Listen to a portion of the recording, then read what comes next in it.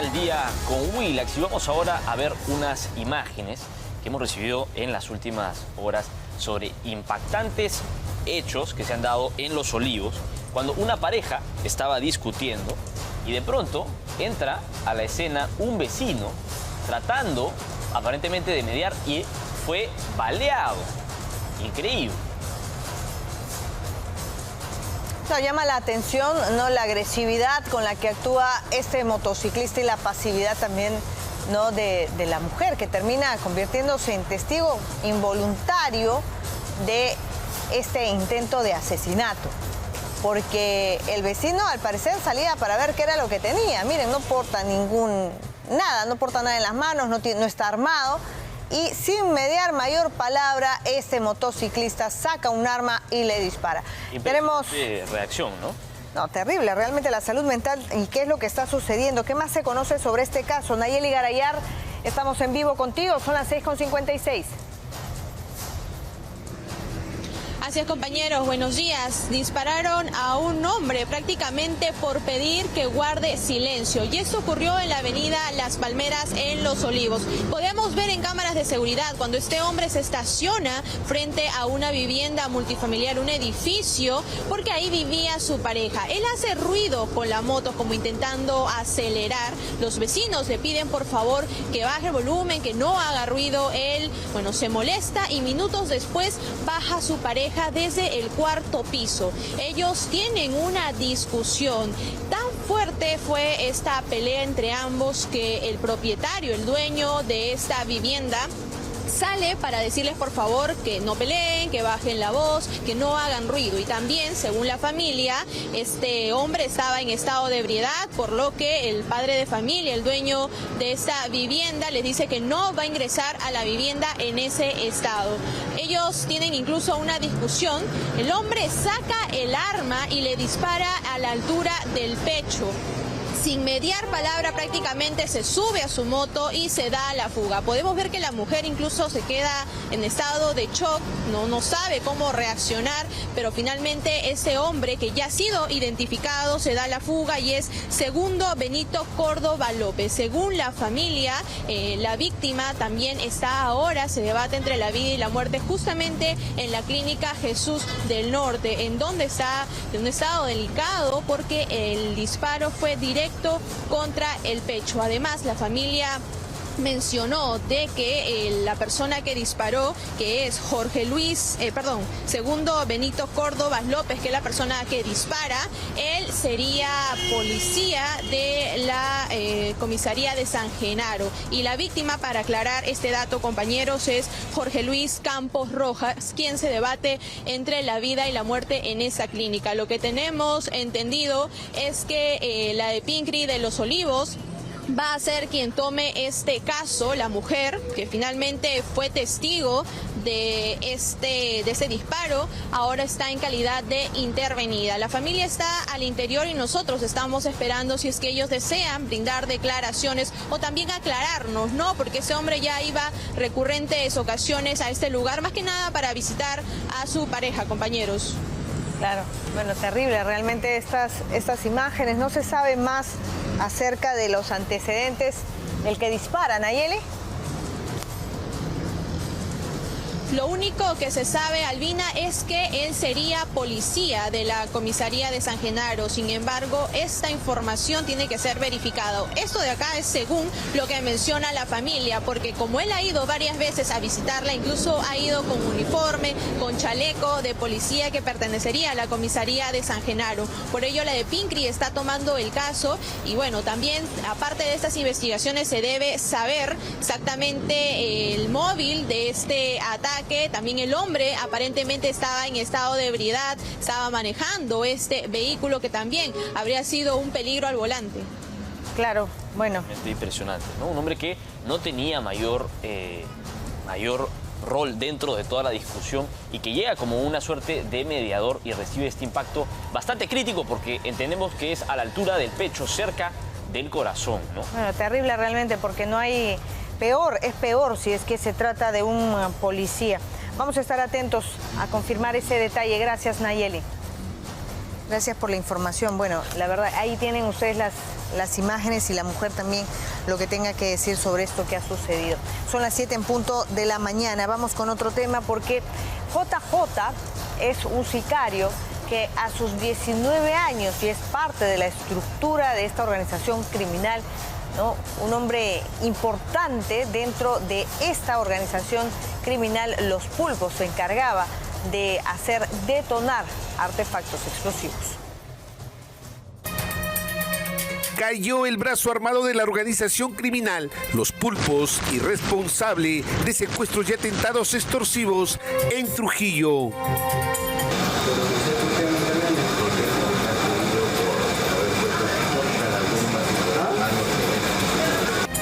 Se trata de John Schneider Nureña Rojas, de tan solo 19 años y sindicado de causar terror en el norte del país como lugarteniente del cabecilla Johnson Cruz Torres, alias Pulpo.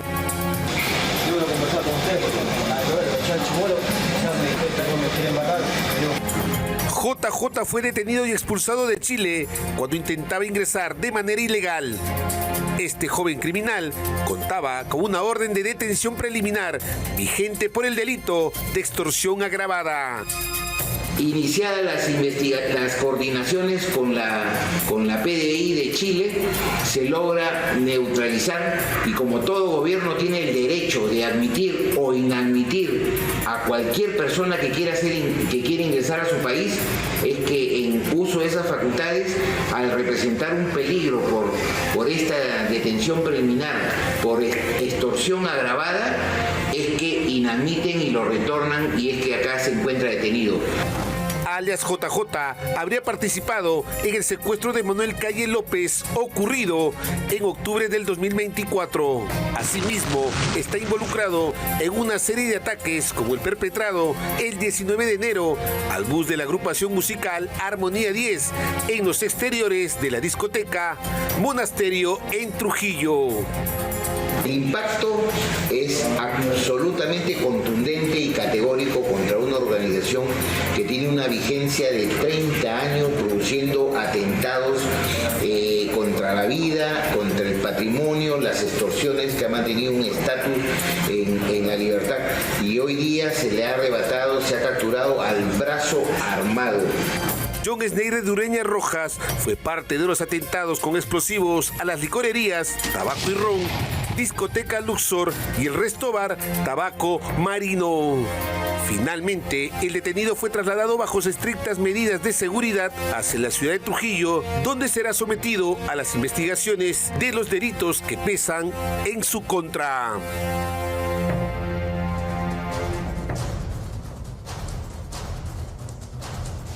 Bueno, y Eric Moreno Hernández, alias El Monstruo, vuelve a hacer noticia pese a estar recluido.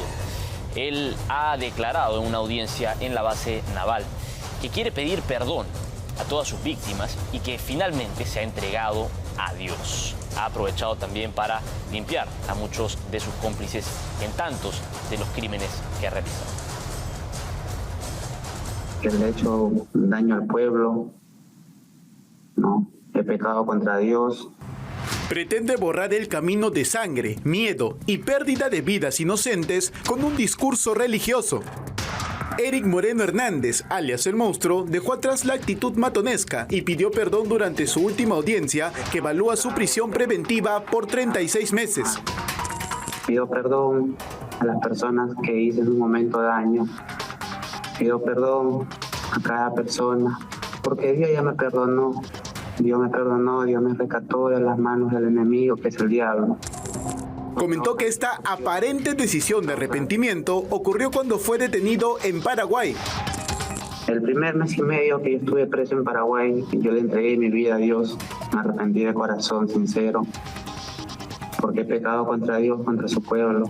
El Monstruo trató de convencer a la autoridad judicial, indicando que su tiempo de vida como criminal fue porque se encontraba cegado, y pretende que nos olvidemos que su puntería no fallaba cuando se trataba de amenazar a sus víctimas. He estado esclavizado en el pecado, con el diablo, haciendo las cosas del mundo, lo malo. Y hoy en día yo me encuentro en este lugar por causa de mi desobediencia, Durante la audiencia realizada en la base naval de la Marina, no perdió la oportunidad para intentar limpiar a sus cómplices. En el lugar de las personas que han sido detenidas y están inocentemente en este proceso. Entiendo que hay personas que están por cuentas bancarias, pero hay personas que son inocentes. Por lo que casi al término de las diligencias pidió a las autoridades reconsiderar dicha sentencia a sus allegados. Yo le pido, con el amor de Dios, que analice bien el caso y me juzgue por lo que yo he hecho, no por lo que no ha hecho, señor fiscal, señor magistrado, que Dios lo bendiga. Muchas gracias. Hace apenas unos días, en plena audiencia, el monstruo tuvo gestos desafiantes y hasta de burla para con los jueces. Hoy intentó presentarnos otra versión, pero atrás quedaron los días en los que gozaba de poder e impunidad. Hoy solo le queda agachar la cabeza como un intento desesperado por evitar una cadena perpetua.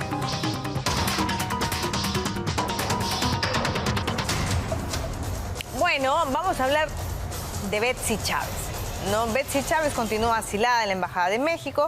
Recordemos que ella fue parte, ¿no?, del equipo que tuvo que ver con el intento de golpe de Estado de Pedro Castillo. Por eso es que la han sentenciado. Ya tiene una condena que no quiere cumplir. Betsy Chávez, sin embargo, intenta escapar de la justicia. El 10º juzgado especializado en lo constitucional de la Corte Superior de Lima admitió a trámite una demanda de habeas corpus interpuesto a favor de la Embajada de México. Bueno, lo presenta un ciudadano de nombre Rubén Serpa. Bueno, y lo que buscaría es, de alguna manera, que la embajada sea declarada como impenetrable, la inviolabilidad del espacio de esta sede diplomática, para que siga protegiendo a la expresidenta del Consejo de Ministros del golpista Pedro Castillo.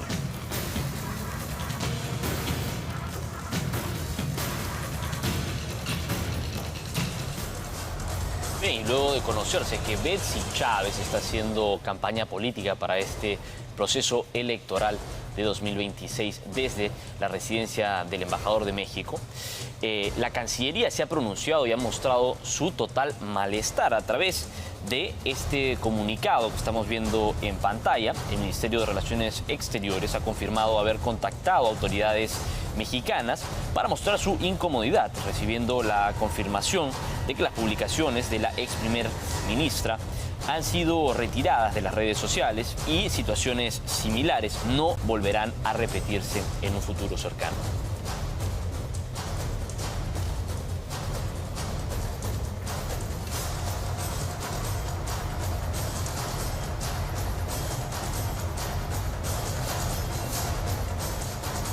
Bueno, se ha realizado una requisa en el penal de Barbadillo, donde está Martín Vizcarra, Ollantumala, Pedro Castillo y demás expresidentes. El que se ha quejado es Martín Vizcarra, ha denunciado presuntos abusos en su contra. Lo hace a través de un comunicado, ahí lo tienen ustedes en la cuenta X, y relata la intervención en su celda, la restricción de las visitas familiares. Según Vizcarra, agentes del IBIMPE revisaron todos los espacios de su celda e inclusive golpearon el colchón, que no habrían encontrado nada irregular. Además, ha contado que durante su horario de visita semanal no habrían permitido que ingresen juntas sus dos hijas, algo que ha calificado como un exceso.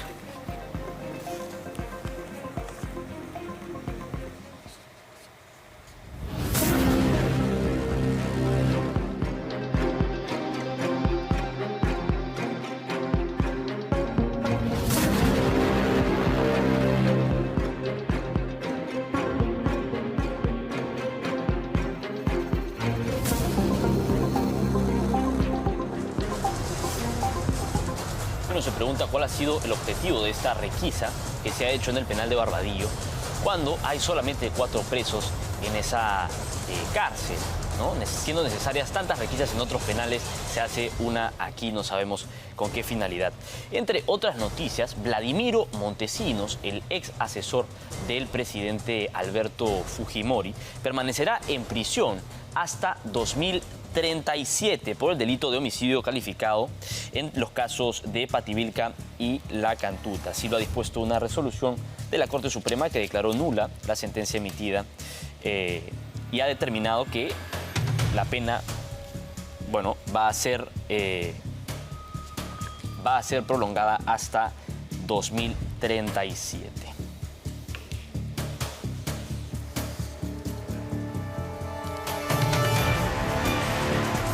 Bueno, ¿cómo se está usando, de acuerdo a su propia conveniencia, una disposición del Jurado Nacional de Elecciones? ¿No? Hoy por hoy, los partidos políticos que llevan a sentenciados como Alianza para el Progreso, imagínense, tienen 23% de sus listas son de personas con sentencia.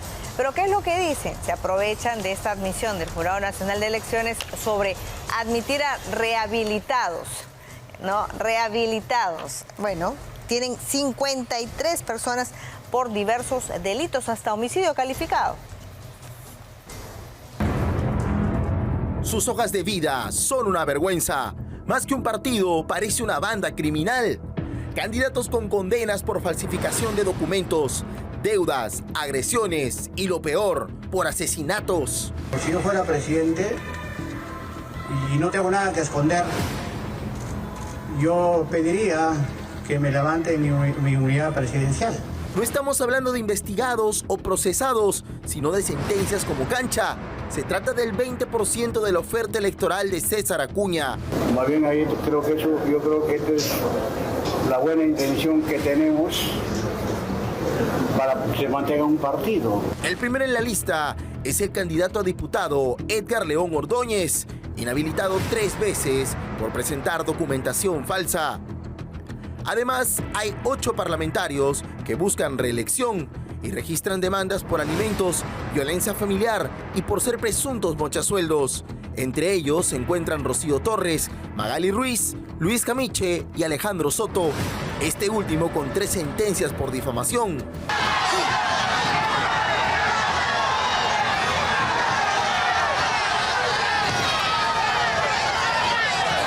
Juan José Santibáñez, exministro del Interior, quien registra investigaciones fiscales y un impedimento de salida del país, tiene deudas tributarias que superan los 271.000 soles. Fíjate tú que llegó la caballota,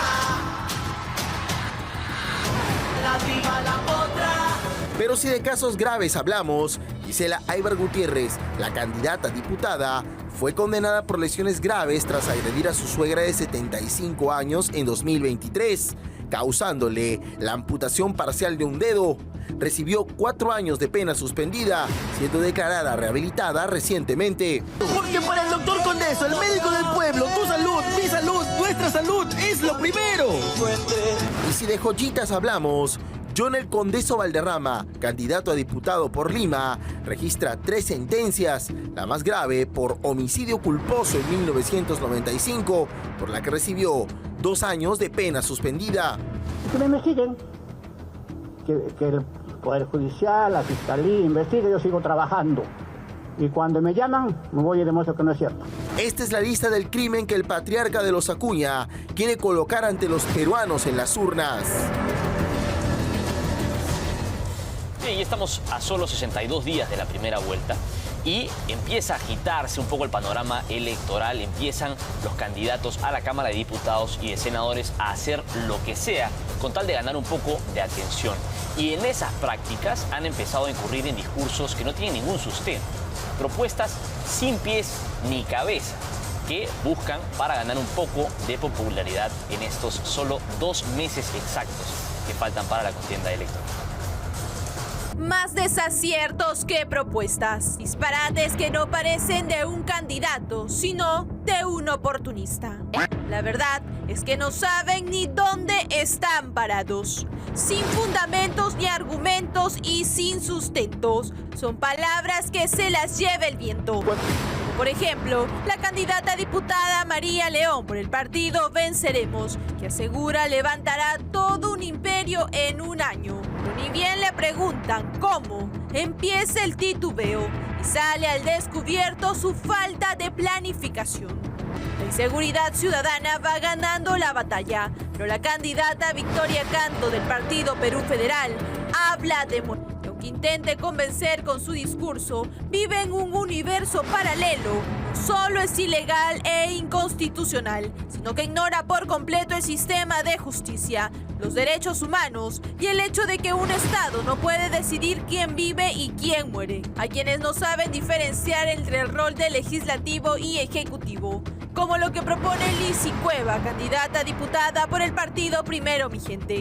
En esta campaña algunos no parecen candidatos a un cargo político, sino improvisadores en un casting de reality político. Bueno, no se deje engañar. Yo siempre he sido partidaria de que uno tiene que votar no por el partido político. Estudie a la persona que usted le va a dar su voto. No marque el número. Hágase un tiempo y estudie al candidato, porque ya vemos que los partidos políticos están llevando en verdad a varios impresentables y que solamente quieren ir a ganar el sueldo y tener un poco de poder.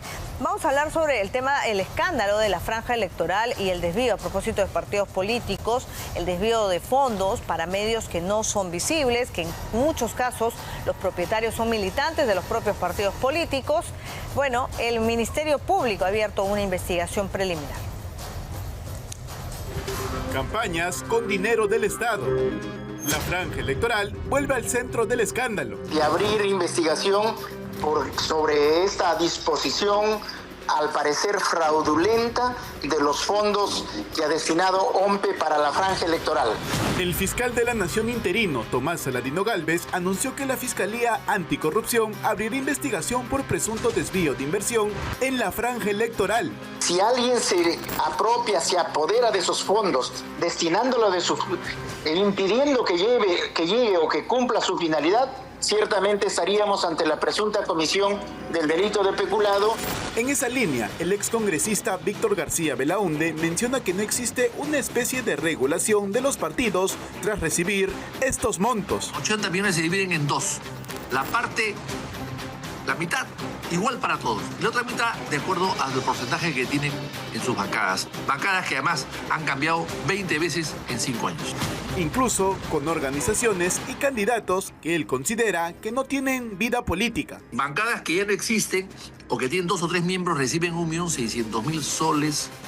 Y partidos que se han creado ayer y que dependen de 3 o 4 personas y que se han creado a veces con firmas falsas, reciben 1.600.000 soles, entre 1 millón y 1.600.000 soles.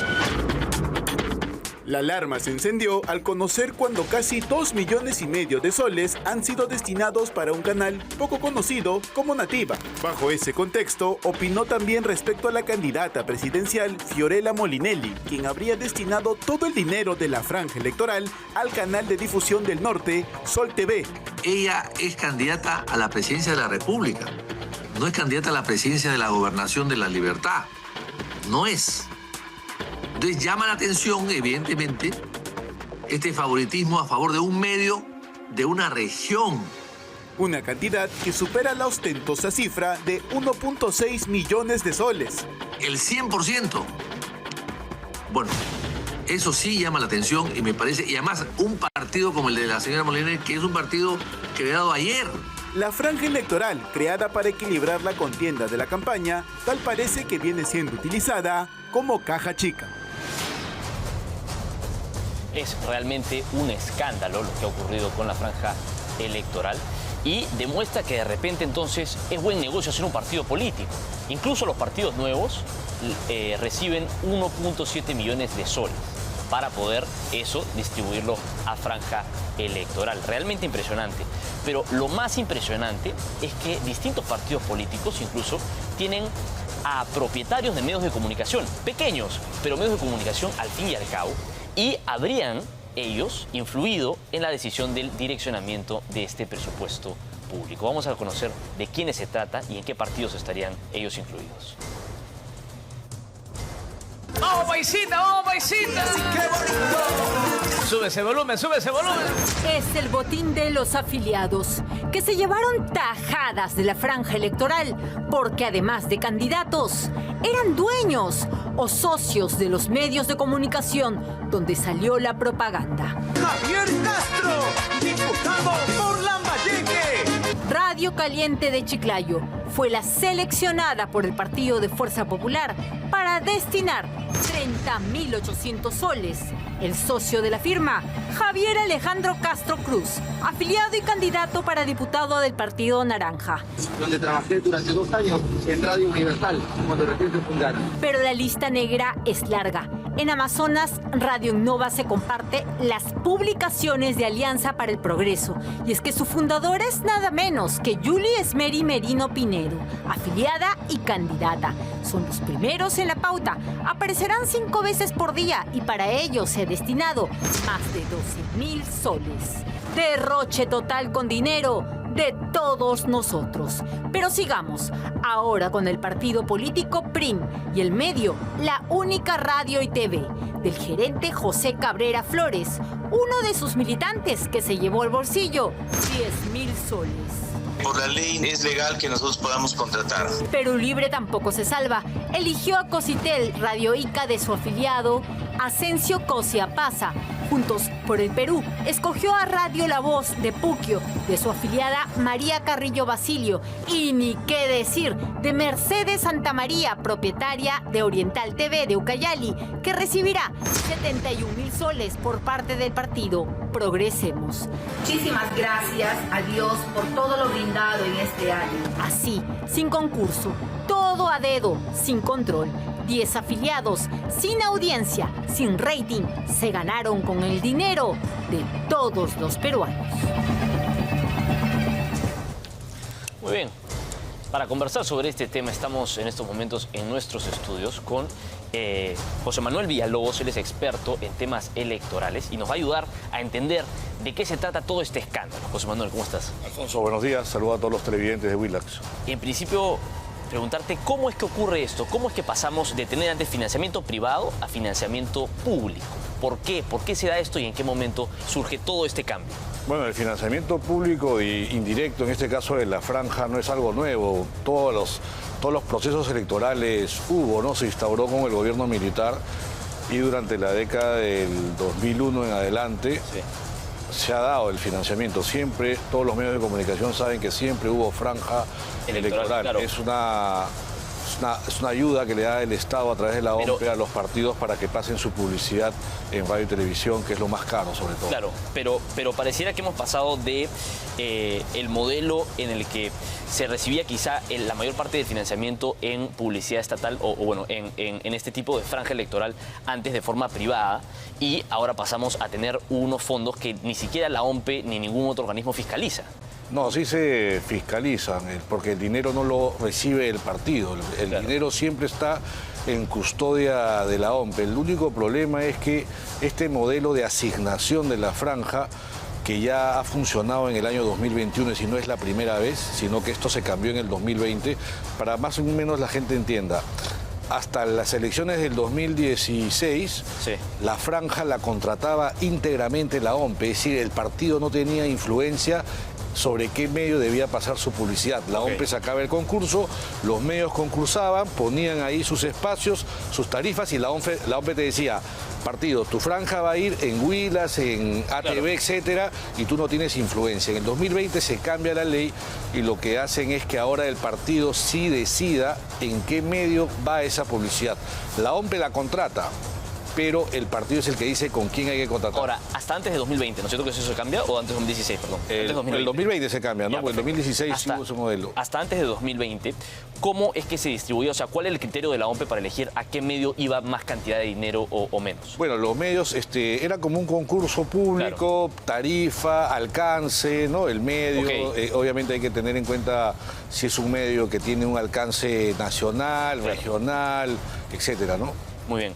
¿Y esto cambia a partir de 2020 con qué justificación o con qué argumento? Bueno, tú sabes que la ley la aprueba el Congreso, ¿no? Lo que pasa es que antes los partidos, al no tener influencia en qué medio pasar su franja no estaban de acuerdo con los medios que se seleccionaban vía el concurso, ¿no? Porque podría haber un sesgo, no tener la misma afinidad con los medios y estaban supeditados a lo que arbitrariamente el Estado decidía. Entonces, por la autonomía privada de los partidos, porque recuerda que la franja es publicidad de la campaña, entonces el partido es el que sabe mejor dónde es que su campaña va a tener más llegada, en base a los canal o en otro, en base a los bolsones electorales, etc. El tema es que no están aplicando ese criterio para decidir los medios, porque lo lógico es que el partido que le dan 1.600.000 soles invierta ese dinero, lo rentabilice y llegue con ese dinero a la mayor cantidad de público. Y para eso, que realmente está buscando conseguir. Claro, y para eso se hace un buen plan de medios en función a los canales o radios o streaming que le van a dar ese objetivo. Pero si tú haces ese direccionamiento de manera arbitraria. Y eso es lo que genera cuestionamiento, ¿no? Por ejemplo, el caso de Fiorella Molinelli con el partido Fuerza y Libertad, que han direccionado casi el 100% de los fondos. El 100%, ¿no? Bueno, exactamente el 100%. El 100% adjudicado a un solo medio de comunicación, que es Sol TV, ¿no? Y con el argumento de que, bueno, en Trujillo o los pequeños espacios a los que llega este medio son precisamente donde ellos querían llegar. Genera bastantes cuestionamientos, eso parece bastante sospechoso. Sí, porque están metiéndole todo el dinero a un solo medio de comunicación. Encima que es regional, la campaña es nacional, pero ellos han justificado que tienen pues sus criterios, ¿no? Porque como te dije, finalmente la responsabilidad pasa por el partido, porque si ese dinero es mal utilizado y no logra, digamos, impactar en sus electores, no van a tener votos, ¿no? Ahora, el caso de Fiorella Molinelli genera cuestionamientos adicionalmente porque la justificación tampoco no es muy creíble, ¿no? O sea, buscar realmente que estos espacios sean los que vayan a generar algún tipo de movimiento en la tabla de favoritismo, de popularidad. Es muy difícil que con un solo espacio mediático se pueda conseguir todo el movimiento electoral necesario para repuntar. Y eso va también contra el principio de pluralidad, ¿no? Es deficiencia de la ley también, porque lo que ha hecho Molinelli o lo que han hecho los otros partidos pasa porque la ley no ha tenido candados para que los partidos elijan. ¿Existe un principio de pluralidad que podría permitir o bajo el que se supone que se debería destinar a más medios de comunicación para poder de esa forma diversificar las audiencias, etcétera? Sí, claro, porque este dinero que se le otorga a los partidos es para cubrir ese derecho a información que tenemos los electores de conocer las propuestas de los partidos. Y como ellos no tienen recursos para dar a conocer con amplitud sus propuestas, el Estado lo auxilia, pero tienes que poner esa publicidad en diversos medios que permitan que todos los electores lo conozcan. Si lo pones en un solo medio, solo va a llegar a un lado, pero yo que tengo el derecho a conocer la publicidad de ese partido, no la voy a llegar a conocer porque la han puesto en un medio que no llega a mi lugar. Ahora, el caso de Primero la Gente, ¿no? Con Nativa TV. Hay un conflicto de intereses aparente con Miguel del Castillo y los fondos que se han destinado a este partido. Ahora, todos aparentemente ahora han salido a hablar y a decir que desconocían por completo de que estos fondos se estaban moviendo de esta forma. ¿Es posible desconocer, estando dentro de las autoridades principales del partido, desconocer a dónde se van estos fondos? Bueno, eso pasa porque, por ejemplo, en el caso de Marisol Pérez, ella es invitada en el partido. En cambio, el partido, quien lo funde, quien maneja las estructuras es Miguel del Castillo, quien tenía injerencia en la decisión de esos fondos, a diferencia de Pérez Tello, que, digamos, no estuvo, o se la hicieron, digamos, no estuvo atenta a esa jugada que es un conflicto. Ese es el conflicto más evidente, porque no solo él tiene decisión sobre dónde poner la franja, sino que él es además... Él es uno de los accionistas del otro medio, o sea, del medio al que está yendo el dinero, ¿no? Así es, entonces eso es evidentemente un conflicto de interés, pero lamentablemente la ley no previó ese caso, porque la ley debió tener candados para que los dirigentes de los partidos, sobre todo los que toman decisión dentro del partido, no puedan poner ese dinero en medios de comunicación donde tienen una vinculación. Eso obviamente es un conflicto ético, ¿no? Ahora, ese vacío legal se da también para el resto, o sea, para, por ejemplo, el tema también del 100% de la franja a un solo medio, o sea, es todavía una norma que no está definida casi en ningún aspecto. O sea, pero el 2021 no tuvo cuestionamientos, porque ya se aplicó el 2021. Ahora el problema ha sido en el 2026, donde saltan estos partidos, pero que además involucra sobre todo a los partidos nuevos. Precisamente eso es lo que te iba a decir. Genera cuestionamiento adicional que se da justo en los partidos nuevos, ¿no? Los 8 partidos que estarían implicados en esto, en que dan más del 50% a un solo medio de comunicación, etcétera, son justo los partidos nuevos. Esto de repente podría, no sé, darse como la situación, un aparente, no sé, desconocimiento de la ley o como un aprovechamiento, o como que son un vehículo que están buscando simplemente facturar algo con esta elección? Bueno, yo quiero pensar que es un desconocimiento de... Un error administrativo, algo... Como dijo el País para Todos, dijeron que ellos por desconocimiento de la franja, de los criterios técnicos para asignarlo, lo metieron a Nativa, ¿no? Cuando Nativa no tiene un alcance, digamos, muy grande como para poner ese dinero ahí, ¿no? Claro. Ahora, el caso de Carlos Álvarez y de Nativa, creo que ahí sí resulta evidente que el señor Vladimir Mesa habría tenido conocimiento de dónde se direccionaban los fondos, ¿no? Ellos han salido a decir que, bueno, ninguno estaba muy seguro de dónde se movía el dinero de la franja electoral, etcétera, pero alguien debe responder por esos direccionamientos de dinero. O sea, ¿quiénes son las personas que en particular son los que firman o los que están al tanto de a dónde va cada dinero? ¿Qué representante del partido político? Eso depende de la organización interna del partido. Sí. Se acreditaba ante la OMPE a una persona que tenía el manejo del usuario y clave para entrar al sistema de la OMPE y escribir en ese sistema a dónde iba a ir su publicidad. En el caso de primero la gente era del Castillo, por ejemplo. En el caso del País para Todos, ahí han identificado al supuesto responsable, pero yo no creo que sea una persona nada más la que haya tenido injerencia. Tiene que haber alguien del partido que lo haya conocido, pero que ahora obviamente quieren deslindar esa responsabilidad. Ahora, tú decías al comienzo que igual esto se fiscaliza. ¿Quién fiscaliza finalmente el dinero o a dónde se mueve este? Bueno, el tema es un dinero público, no es un dinero de los partidos, pasa por controles de Contraloría, la Fiscalía ha abierto investigación preliminar para determinar si en ese direccionamiento ha habido un pago de alguna coima, porque eso sería el delito, pero en el caso de la OMPE lo que hace es que contrata, digamos, con los medios que están legalmente habilitados para contratar, pero que además, ¿cuál es? Rápidamente para que entienda la gente. Sí. La OMPE invitó a todos los medios a que se inscriban en una plataforma como proveedores. Sí. Y ahí Willax y otros medios tenían que inscribirse, poner que el horario donde se podía poner la franja y la tarifa social que cobraban. Ya. Una vez que se organizó todo un catálogo... Esto se hizo, perdón, mediante no solamente... el Jurado Nacional de Elecciones, sino, no, perdón, la OMPE y otra institución más, me parece, ¿no? La OMPE es la encargada. La OMPE es que invita a todos los proveedores se inscriben en una plataforma, y una vez que están inscritos los 50, 100 proveedores, no sé cuántos hubo, la OMPE le dice a cada partido, oye partido, a ti te toca 2 millones, a ti 3 millones, con ese dinero, digamos, entra a la plataforma, le llaman catálogo, y tú eliges ahí con qué medios quieres que pasen tus franjas de tus 2 millones inviertan. Y el partido alguien del partido ingresó y decidió libremente con qué medio pasar la franja. La OMPE ahí no decide, la OMPE solo va a pagarle a ese medio, verificar que se hayan pasado los controles 50, 60 anuncios.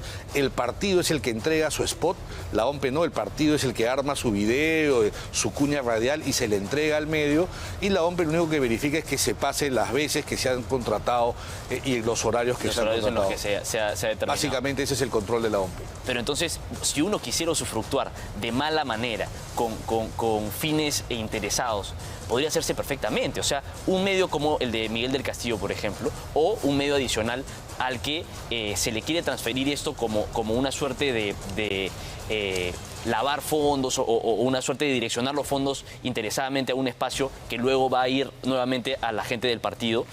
No habría ningún tipo de problema, ¿no? Finalmente se arma un medio de comunicación pequeño, se direcciona todos los fondos hasta ahí y luego ese dinero vuelve a los integrantes del partido sin ningún tipo de fiscalización. No habría ninguna actividad irregular en eso. Por eso es importante la investigación que va a hacer el Ministerio Público. Claro, que va a hacer el Ministerio Público, y ya está abierta. Ya está abierta, ¿por qué? Porque lo lógico que sería que ese dinero haya sido, digamos, para pasar la franja, que el partido cumpla su objetivo, es que dar a conocer sus planes de gobierno, sus propuestas, que el medio de comunicación reciba el dinero por su servicio. Lo prohibido, lo ilegal sería que en esa transacción que el partido decide con qué medio pasar su franja, haya habido una comisión a favor del partido. Eso sería lo grave, porque estaría obviamente hiriendo de muerte la franja, porque ahí sí habría justificación para quienes quieren eliminarla, lo cual no va a ser positivo. Ya, ese es otro punto que quería preguntarte. se ha hablado muchísimo en los últimos días a raíz de este escándalo de eliminar la franja. ¿Por qué no sería positivo eliminarla? ¿Por qué no es posible? ¿Cuáles son los beneficios en la actualidad con este modelo con el que estamos que genera cuestionamientos, evidentemente? Pero genera cuestionamientos no al modelo, sino al uso de que le están dando, porque el modelo es bueno. Pero el modelo presenta esta falta de candado. Hay que hacer algunos ajustes, pero no eliminarla. ¿Por qué? ¿Qué pasa si, además, qué pasaría si se elimina la franja? Que es lo más caro que le cuesta a los partidos pasar espacios acá, en todos los medios, la publicidad es cara. ¿Cómo es que van a financiar esa publicidad? Eso abre la puerta a que los partidos tengan que recibir aportes privados, pero eso habló Adriana Tudela el otro día que estuvo acá con nosotros y nos argumentaba ella la necesidad de que esto sea casi un 100% privado, ¿no? Y que esto se privatice. No ha funcionado porque cuando ha sido privado hemos visto los problemas de partidos que se han visto involucrados, etcétera, Odebrecht, etcétera, todos los partidos que han recibido plata de afuera, incluso, y que no se ha podido fiscalizar. Pero eso también porque alguien podría decir, el dinero privado es más difícil de fiscalizar que el dinero del Estado, que es trazable, ¿no? El dinero privado no siempre entra por las fuentes oficiales, ¿no? Entonces, además se genera una inequidad en la competencia, porque los partidos que tienen mayor vinculación con empresarios, etcétera, tener mayor presencia en los medios y haces que la elección no sea igual. O sea, ¿tú crees que es antidemocrático, por así decirlo, privatizarlo y hacer que este sea un tema privado? Porque alguien podría decir, bueno, pero yo ¿por qué tengo que estar financiando con mis impuestos las campañas publicitarias de los demás partidos, de los partidos nuevos, que de repente muchos son vehículos realmente electorales que solamente buscan usufructuar? Esto debería ser más un tema privado. Sí, porque es que no estamos hablando de la democracia, las esferas de poder no son un tema privado. Estos partidos no son asociaciones netamente privadas, tienen un interés público, que es llegar al poder. Y para que lleguen al poder nosotros necesitamos como ciudadanos fiscalizarlos y estar atentos. Y solo lo podemos hacer si es que el financiamiento es público. O puede ser mixto, pero no puede ser netamente privado, como antes era mixto, ¿no? Antes era mixto. Una fuente privada, pero siempre había fuente privada, pero había la franja. Sí. ¿Por qué? Porque para el que no puede acceder vía fuente privada a los medios, accedía vía la franja. Ojo que la franja no es solo, digamos, se divide la mitad de manera equitativa entre todos, los 38, incluyó los nuevos, y la otra mitad tiene criterios a favor de los partidos ya antiguos que tienen un respaldo popular. Entonces no es igual para todos. Los partidos que están en el Congreso reciben más dinero, por eso que Perú Libre recibe 7 millones. Sí, claro, Fuerza Popular, 5, Renovación Popular, claro, reciben mayor cantidad, pero los que son nuevos reciben igual 1.7 millones. O sea, que es una cantidad igual a lo que recibe el último partido en el Congreso. Es una considerable porque cuesta, la radio y televisión cuesta, no es barato. Un spot estoy viendo ahí que sale más de 5.000, 10.000 soles por 30 segundos. Eso ¿cómo en lo streaming, en televisión, radio, todo es costoso. Ahora, si un partido quisiera aprovechar estas elecciones, aprovechando que esté en el último puesto de la tabla, ¿no? Porque eso es lo que la imagen nos permite ver o nos permite intuir, ¿no? De repente alguno de los 38 partidos puede haber aprovechado este contexto electoral para simplemente lucrar, ¿no? Con todos los incentivos que se da por parte del Estado. Adicionalmente a la franja electoral, ¿qué otros incentivos surgen por parte del Estado que tienen este nivel de repente de falta de candados? No, a nivel de Estado, lo único que el Estado aporta es la franja. La franja es el financiamiento de mayor nivel. Porque, ojo que el financiamiento público directo que reciben los partidos que están en el Congreso, ese dinero es para su funcionamiento ordinario durante los 5 años. Ese dinero no se destina porque para la campaña el mismo funcionamiento, por ejemplo, con Acción Popular, cuando salió de campaña, igual había recibido por parte de la OMP estos montos también. Pero era para el funcionamiento del partido. Sí, pero en ese modelo también, pese a que es bueno, hay algunos partidos que no le han dado buen uso. Ahora dicen que se elimine la franja, pero habría que ver también si ese financiamiento lo han usado de manera adecuada, ¿no? Otros candados, sobre todo por el financiamiento privado. No sabemos cómo están recibiendo dinero los partidos para sus campañas, cómo pagan los viajes, los mítines, ese dinero de dónde sale, ¿no? Y es privado. Porque es muy difícil que la OMP pueda fiscalizar el 100% del dinero privado. Hay que ver si la minería ilegal... Ahora, ¿crees tú que de repente, a raíz del caso Cocteles, se ha satanizado un poco la inyección de capital privado en los partidos políticos? O sea, sí, porque hay gente que ya no quiere financiar. Ya no quiere porque ya no quiere estar vinculado, no debe ser que es algo de investigación más adelante de algo. Es así que se ha tenido que el Congreso ha creado una figura para que aquel persona, incluido en empresarios que quieran aportar a una campaña pero que no quieren que se revele su nombre, hay una modalidad de de un aporte confidencial a través del Banco de la Nación y que se hace ese aporte así y el partido no sabe quién lo financia, para que no haya, pues lo que pasa es que vivimos, Alfonso, pues en un país de la desconfianza, todos desconfían de todos y obviamente... Pero con justa razón, ¿no? Porque los antecedentes nos han demostrado exacto, cuando uno quiere defender la buena fe de los partidos, pero no se ayudan, aparecen casos y no casos se ayudan y casos. porque hay casos como este que desprestigian el buen uso del recurso público, que es el financiamiento público indirecto, ¿no? Ahora, quiero preguntarle también por el caso de Alianza para el Progreso, de APP, porque ellos han direccionado a un medio de comunicación, más de 300.000 soles a un medio de comunicación que es de la según los universidad, registros, ¿no? pertenece a la familia Acuña y que tiene vinculaciones con la Universidad César Vallejo, pero ellos han salido después a decir que no, se desvincularon en el año 2017, etcétera, pero no existe registro que certifique la renuncia oficial de la familia Acuña de este partido. ¿Habría un conflicto de intereses ahí? Evidentemente, ¿no? Evidentemente hay un conflicto porque el canal ha tenido un... Pero también ellos van a decir, la ley no lo permite. Y en el caso de Acuña es particular porque tú me decías que los privados financien. La modalidad que usa el partido de Acuña, ¿cuál es? Alianza para el Progreso. Alianza para el Progreso. Acuña le presta dinero, 10 millones, 20 millones le puede prestar. Creo que el partido le debe 20 millones a César. al conglomerado familiar, claro, y no se lo cobran.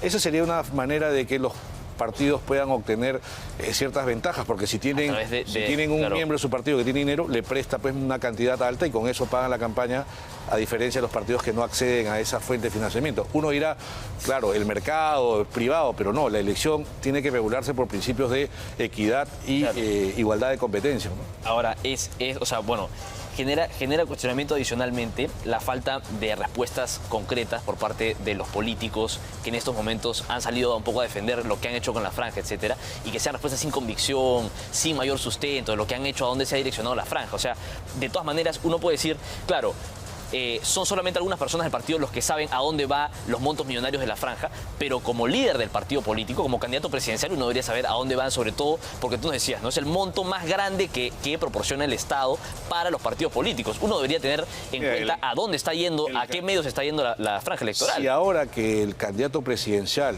no ha sabido cómo es que se direcciona o dónde se pone la franja, sí, seguramente cuando tengan que rendir cuentas a la OMPE sobre cómo han financiado y cuánto han gastado en su campaña, también van a decir que ellos no sabían nada y le van a echar la culpa a alguien del partido. El candidato presidencial tiene que hacerse responsable de toda su campaña, incluido el financiamiento y los gastos que hace. Y nos demuestra un poco cómo es que sería la idiosincrasia ante un gobierno eventual, ¿no? O sea, estos desconocimientos, esta forma de lavarse un poco las manos de lo que está pasando a la interna del partido.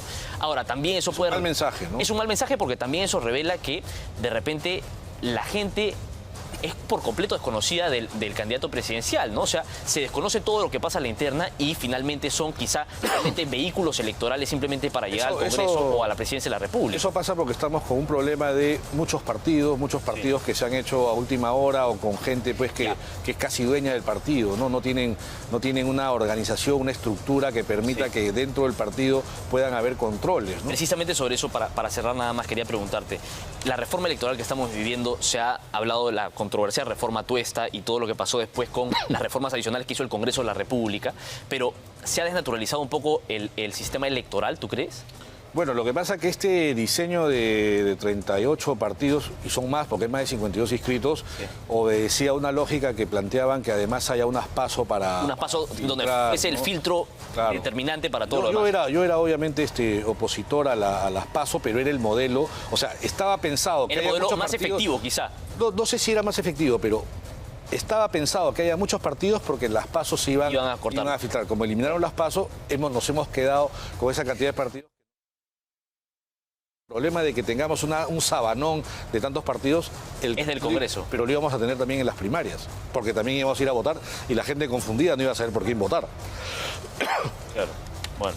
Muchas cosas todavía por conversar. Nos hemos quedado sin tiempo, José Manuel, pero de todas maneras te vamos a invitar nuevamente porque la campaña electoral empieza a avanzar y se agita un poco todo el panorama político de cara al 12 de abril. Muchísimas gracias por estar aquí con nosotros esta mañana. Vamos ahora a pasar al bloque deportivo de Al Día con Willax. Ya está listo Omar y le damos el pase.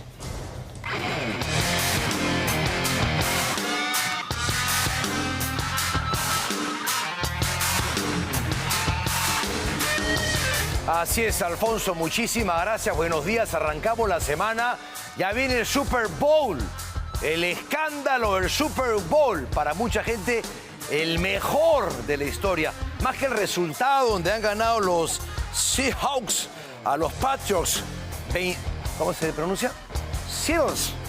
Los Seattles. No es los Seattles. Es los Seahawks. Bueno, no importa. Lo que importa es lo que pasó con el conejo malo, con Bad Bunny, que se ha peleado con Donald Trump por la política migratoria extrema del presidente de Estados Unidos y todo lo que está pasando en este instante tras la gran presentación del boricua. Pero empezamos rápidamente. Acá también pues hay cualquier cantidad de polémicas. Más se habla de los errores arbitrales, de qué pasa con el VAR, de escuchar los audios entre los representantes del VAR y los árbitros que hablan para tomar tan malas decisiones. Pero Alianza Lima, aunque sufriendo más de la cuenta, le ganó a Comerciantes Unidos, golazo de cabeza de Renzo Garcés. Pero miren esto, miren cómo le rompe la cintura Wilter Ayoví, el ecuatoriano, al uruguayo Anthony. Ay, Dios mío, lo mandó a comprar pan. Mira, es un enganche medio raro, ¿eh? Hay un poquito de fortuna en esa jugada. Después esto es terrible. Cómo cae Fabio Rojas. Miren, ay, cómo se le dobla el brazo. Terrible lesión. Pero ya no había cambios y Fabio Rojas decidió quedarse en la cancha. Recontra macho. Acá hay una mano inobjetable.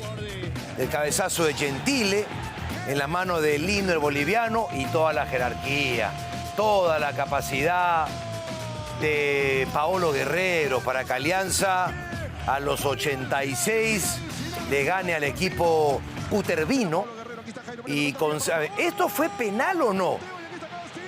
Hay Fabio Alcedo, el ex Cristal, que se fue a Portugal y ha regresado, agarra a Paolo Guerrero. Bueno, claro, uno ve el penal que le han cobrado a la U en Cusco, que no hay nada.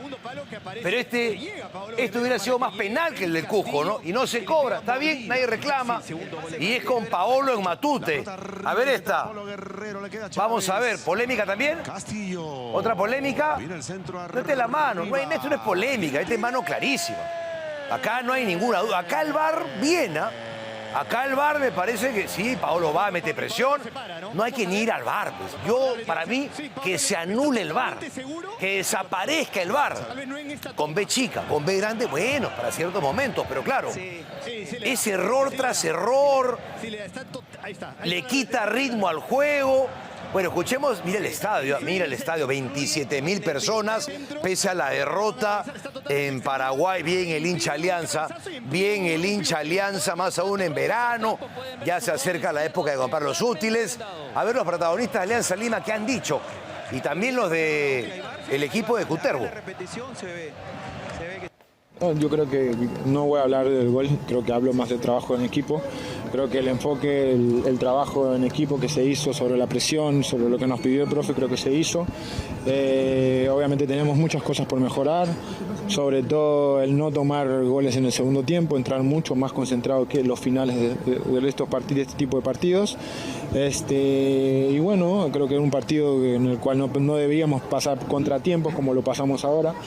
Y se nos complicó porque, bueno, ahí pasan ese tipo de desconcentraciones, son segundos de desconcentraciones que a veces cuestan caro y, bueno, te hacen correr más, a veces juegas con la desesperación y, bueno, felizmente creo que logramos el triunfo que todo el mundo quería. Hizo 8 cambios, Pablo Guede hizo 8 cambios con respecto a la alineación titular del miércoles pasado en Paraguay. La gente quiere el Super Bowl. Vamos a ver rápidamente lo que ha pasado. Ahora se han vuelto fanáticos del fútbol americano. No, fanáticos de Bad Bunny. Bad Bunny presente en el Super Bowl. Mira, el conejo malo.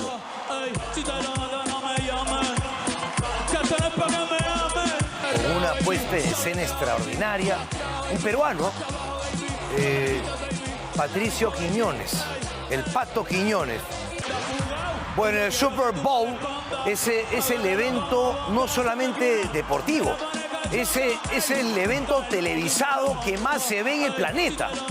El que más se ve en el planeta. ¿Cuántos millones de televisores han estado prendidos para ver el Super Bowl?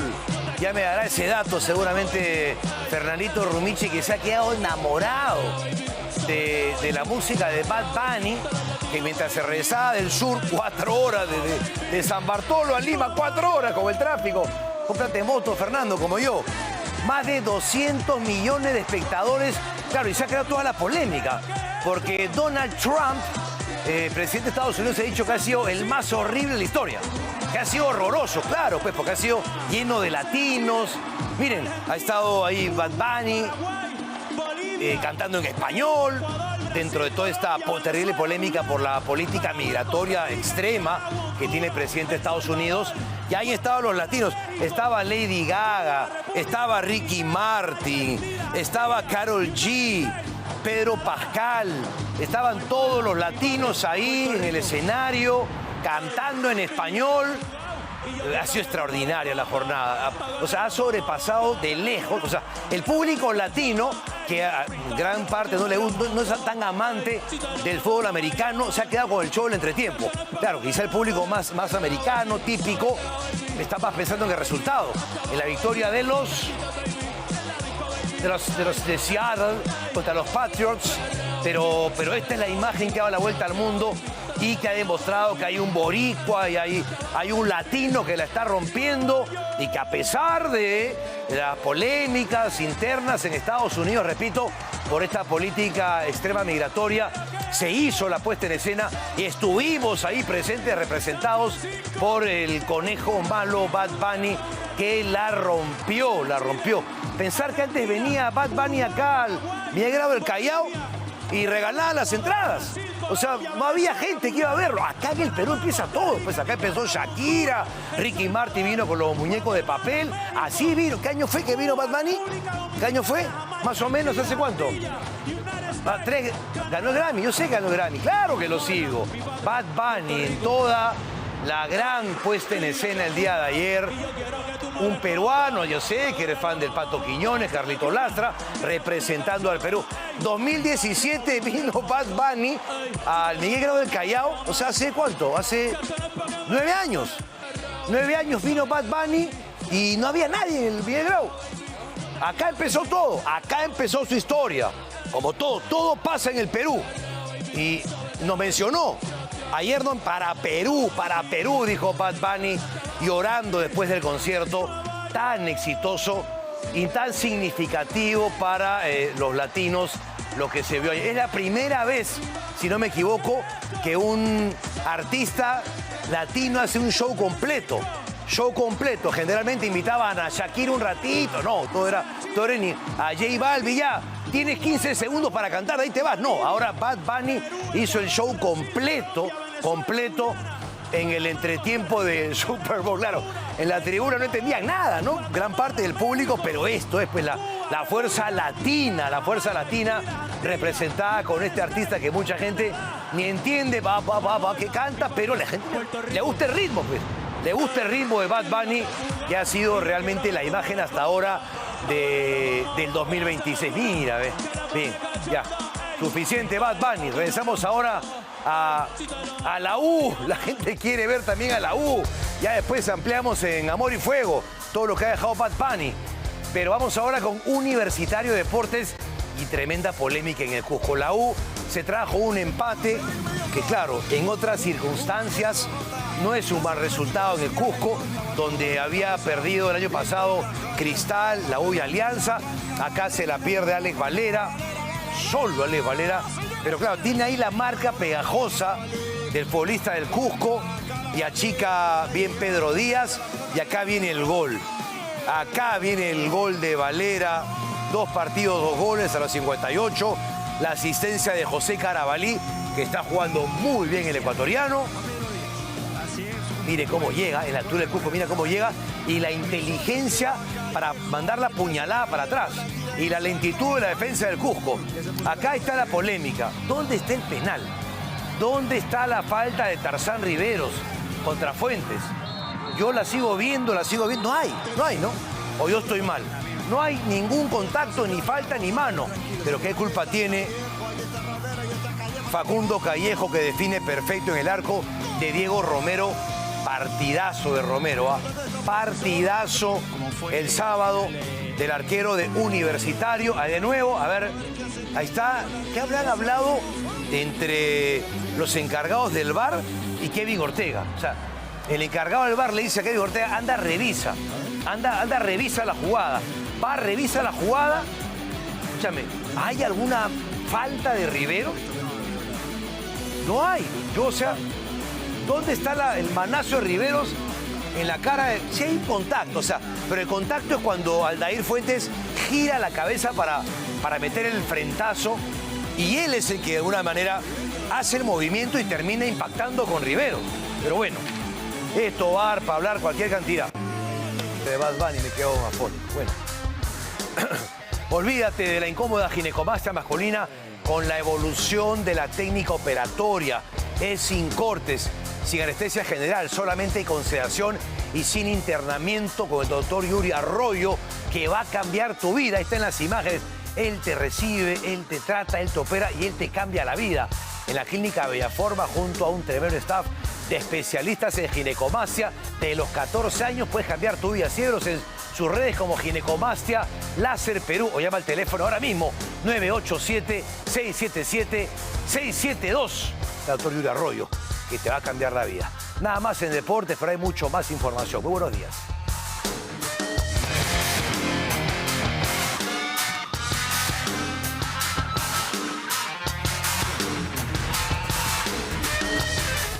Muy bien, gracias, Omar. Bueno, lo que se va conociendo son detalles de la fiesta que realizó el presidente José Gerí por su cumpleaños y que tuvo a varios invitados en ese momento, porque esto fue cuando cumplió 38 años. Así es, en el año ministros, 2024. congresistas. Bueno, una cantidad de gente bastante considerable, pero en particular destacan dos personajes y son modelos de OnlyFans que también trabajaban para el Congreso en esos tiempos. Vamos a ver todo el detalle de lo que pasó en esa reunión particular que revela un poco la estructura de todo lo que ocurre detrás de José Gerí. Música, licor y bellas doncellas. Esta vez, la reputación del presidente José Gerí es mancillada por una encerrona. Un cumpleaños donde además de ministros y parlamentarios, tuvo como invitadas VIP a las señoritas Isabel Cajo y Andrea Vidal, ambas vinculadas a una red de prostitución. Y que la patria está siempre por encima de cualquier interés personal. La fiesta era temática, con música de los años 80. El lugar elegido, una opulenta casa en Cieneguilla, con piscina, parrilla y todo lo necesario para pasarla bien. Nada extraño si no fuera por la presencia de algunas señoritas. En la reunión estaban Morgan Quero y el titular del MINSA, César Vázquez. También los legisladores Arturo Alegría y Luis Cordero Jontay. Este último fue quien le presentó a Gerí al empresario chino Xi Weiyang. Hoy con la más alta responsabilidad del país, ser presidente de la República. Pero el momento estelar de la velada llegaría promediando las 11 de la noche. Hizo su aparición Isabel Cajo Salvador, atrayendo la mirada de todos los presentes. En aquel entonces, Cajo, una bella joven de 25 años, trabajaba en el área legal del Congreso dirigida por Jorge Torres Arabia, desde donde se dirigía una presunta red de prostitución en el Parlamento. La guapa señorita, cuyo mayor logro profesional era vender contenido erótico a través de OnlyFans, no llegó sola, sino que apareció con dos amigas. Una de ellas nada menos que Andrea Vidal, otra ex trabajadora del Parlamento que fue asesinada a balazos, tras ser vinculada también a la sonada red. Obviamente hay que dar el ejemplo como corresponde. Ya con las invitadas más solicitadas, el fiestón se extendió. De fiesta pasó a ser reventón. Agentes de serenazgo tuvieron que llegar debido al exceso de bulla. Era el cumpleaños número 38 de Gerí. Todavía era parlamentario, pero hoy cobra relevancia ante los continuos traspiés que ha tenido, reuniones clandestinas y las constantes visitas de 14 señoritas a Palacio.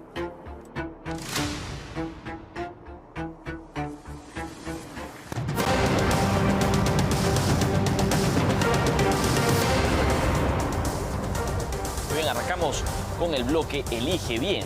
y vamos a ver qué es lo que está pasando dentro del Poder Ejecutivo. Al menos 12 militantes de Somos Perú habrían conseguido contratos con el Ministerio de la Mujer. Personas particularmente vinculadas a Patricia Lee, presidenta de esta organización política, que habrían logrado estas contrataciones pese a no cumplir con los requisitos básicos para estar en estos altos cargos públicos. Aquí no hay mérito, sino madrinazgo. En el Ministerio de la Mujer se encontraron órdenes de servicio sin cumplir los requisitos necesarios, pero todas tenían una sola coincidencia: el mismo corazón que late por Patricia Lee y la ministra somista Sandra Gutiérrez Cuba. Señora Sandra Liz Gutiérrez Cuba. Sí, juro. Él es Carlos Guamán Zamudio, quien obtuvo una orden de servicio por 8.000 soles el 21 de noviembre, pero hasta el día 20 su registro como proveedor no se encontraba actualizado. Y hemos venido a preparar un delicioso compartir. Gracias, y gracias a la señora Patricia Lee. Asimismo figura Luis Antonio Calderón Tang, quien accedió a 2 órdenes de servicio, una por 18.000 soles y otra por 4.000 soles, luego de llegar a Somos Perú. Las cosas como son, disculpen. Jóvenes que en muchos casos ingresaron sin trayectoria, como Jean Paul Sosa Luispe, afiliado al mismo partido, recibió una orden de servicio como auxiliar administrativo sin tener siquiera un título. Ya tenemos a Jean Paul acá, listo para un jueves de corazón. Laris Medina Rabanal es también la hija política de la matriarca Lee. Nunca antes había brindado servicio al Estado. No tiene grado académico y ni siquiera tenía RUC, pero consiguió su primera chamba. Son más de 12 jovencitos de Somos Perú que consiguieron trabajo. Se habría bajado la valla del mérito para que la ministra con corazón les dé empleo a estos muchachos de su partido.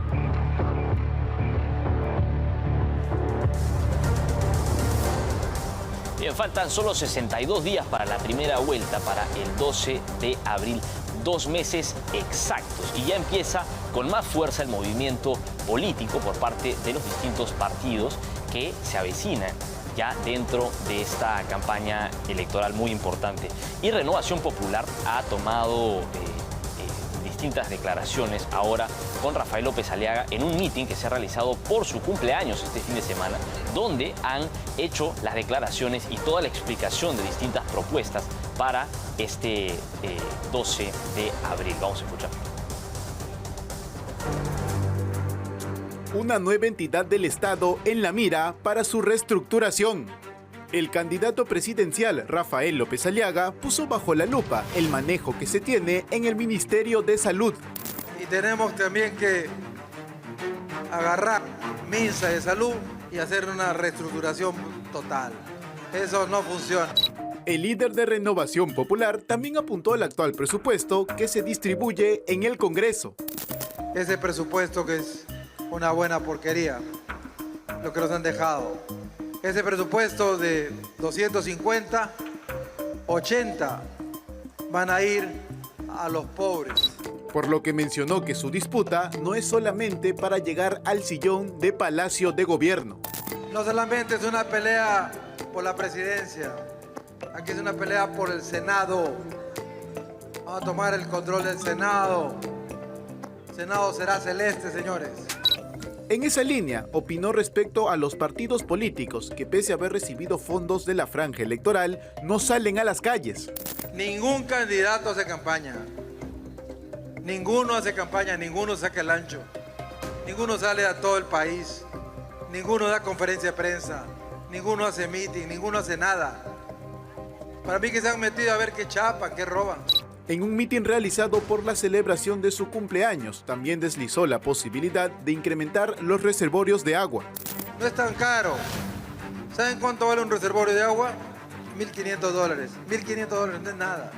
Tenemos para llenar el Perú, no, llenar la sierra, la selva. Y de implementar más hospitales de la solidaridad. Hospitales solidarios en todo Perú también. Lo hacemos de los primeros 90 días de emergencia. De esta manera, el candidato presidencial de Renovación Popular calienta la campaña política a pocos meses de las elecciones. Bien, y un hecho realmente escandaloso el que se ha dado en Alianza para el Progreso, partido de César Acuña, que están postulando a 53 personas a la Cámara de Diputados, de Senadores y hasta el Parlamento andino, con distintas sentencias por diversos delitos. 53 personas bastante cuestionadas. Vamos a conocer de quiénes se trata. Sus hojas de vida son una vergüenza. Más que un partido, parece una banda criminal. Candidatos con condenas por falsificación de documentos, deudas, agresiones y lo peor, por asesinatos. Si yo fuera presidente y no tengo nada que esconder, yo pediría que me levanten mi inmunidad presidencial. No estamos hablando de investigados o procesados, sino de sentencias como cancha. Se trata del 20% de la oferta electoral de César Acuña. Más bien ahí yo creo que esta es la buena intención que tenemos para que se mantenga un partido. El primero en la lista es el candidato a diputado Edgar León Ordóñez, inhabilitado 3 veces por presentar documentación falsa. Además, hay 8 parlamentarios que buscan reelección y registran demandas por alimentos, violencia familiar y por ser presuntos mochasueldos. Entre ellos se encuentran Rocío Torres, Magali Ruiz, Luis Camiche y Alejandro Soto, este último con 3 sentencias por difamación.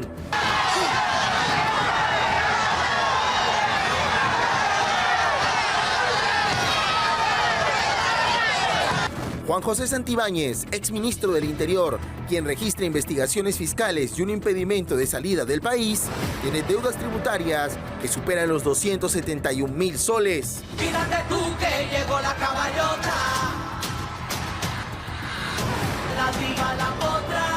Pero si de casos graves hablamos, Gisela Aybar Gutiérrez, la candidata a diputada, fue condenada por lesiones graves tras agredir a su suegra de 75 años en 2023, causándole la amputación parcial de un dedo. Recibió 4 años de pena suspendida, siendo declarada rehabilitada recientemente. Porque para el doctor Condeso, el médico del pueblo, tu salud, mi salud, nuestra salud es lo primero.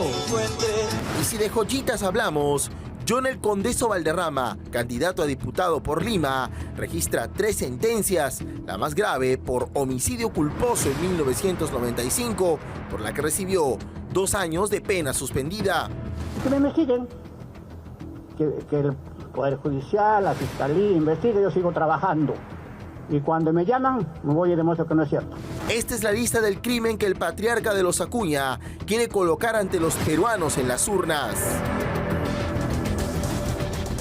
El escándalo más grande que se ha dado dentro de este proceso electoral es el que tiene como núcleo central a la franja electoral y a este presupuesto millonario que se ha destinado para distintos medios de comunicación por parte de los partidos políticos. En particular, Carlos Álvarez, candidato por País para Todos, ha anunciado que luego de que se conociera todo este presunto desvío de fondos por parte de País para Todos hacia Nativa Televisión, ha continuado que va a continuar en la contienda electoral. Mostró su indignación a través de redes sociales con un video, por lo que ha exigido sanciones a los distintos miembros del partido, a los responsables de la distribución de estos recursos, y ha asegurado que su partido cumplió con las exigencias que la norma indica. Ha señalado que seguirá adelante, pero de forma distinta, siendo más crítico y más riguroso con lo que pasa dentro del partido. Sin embargo, lo que queda bastante claro es que esta no es la primera vez que existen confrontaciones y fraccionamientos internos dentro de País para Todos. Vamos a ver cómo avanza la candidatura de Carlos Álvarez y de País para Todos.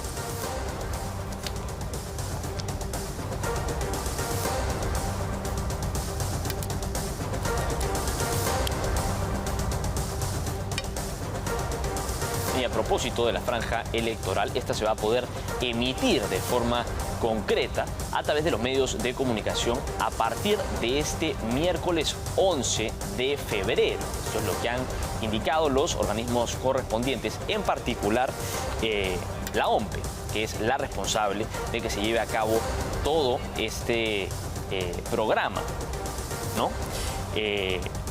La emisión va a estar a cargo de la OMPE a partir del miércoles 11 de febrero hasta el día 9 de abril. Cabe precisar que se han distribuido 80 millones de soles para el financiamiento de la franja electoral de este proceso electoral de 2026.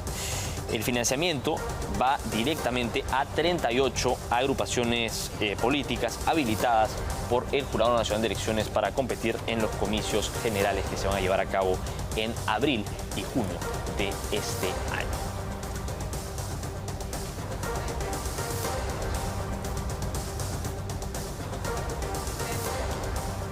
Muy bien, y le damos el pase a Albina, que ya está lista en los estudios para una entrevista. Gracias, Alfonso. Estamos con Enzo Helguera, a quien le damos la bienvenida por estar con nosotros esta mañana. Qué gusto poder acompañarlos para poder además conversar sobre encuestas y elecciones, ¿no? Cifras, vamos, señor director, al primer cuadro, sin mayor preámbulo, lo que está sucediendo con los candidatos a la encuesta nacional de Imasolum.